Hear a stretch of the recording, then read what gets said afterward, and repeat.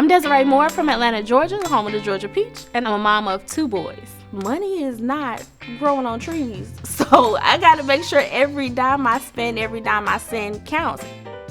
My number one money management tip is sticking to the budget. One way that I make my money go further is using the envelope system. It's an envelope for everything I'm saving for, and that kind of puts it out of sight, out of mind until I'm ready to use it. I've been using PayPal since the early 2000s. I trust the product, I trust the brand, and it's secure. Now I'm using the Pay in 4, and I love that product because it allows me to make my dollar go a little bit further. Pay in 4 gives me the flexibility to pay at my own pace and whatever's going to be most comfortable for me. My most recent purchase with Pay in 4 was definitely my plane ticket for this girls trip. I went with my best friend Alexa. We were trying to find tickets on a good price, and she called one morning. She was like, hey, we got to buy the ticket today. Put that first amount down, and over the next couple weeks was able to pay that trip off and enjoy myself when we left. My top 3 Pay in 4 hacks are going to be stay organized, still buy on sale, and stick to your budget.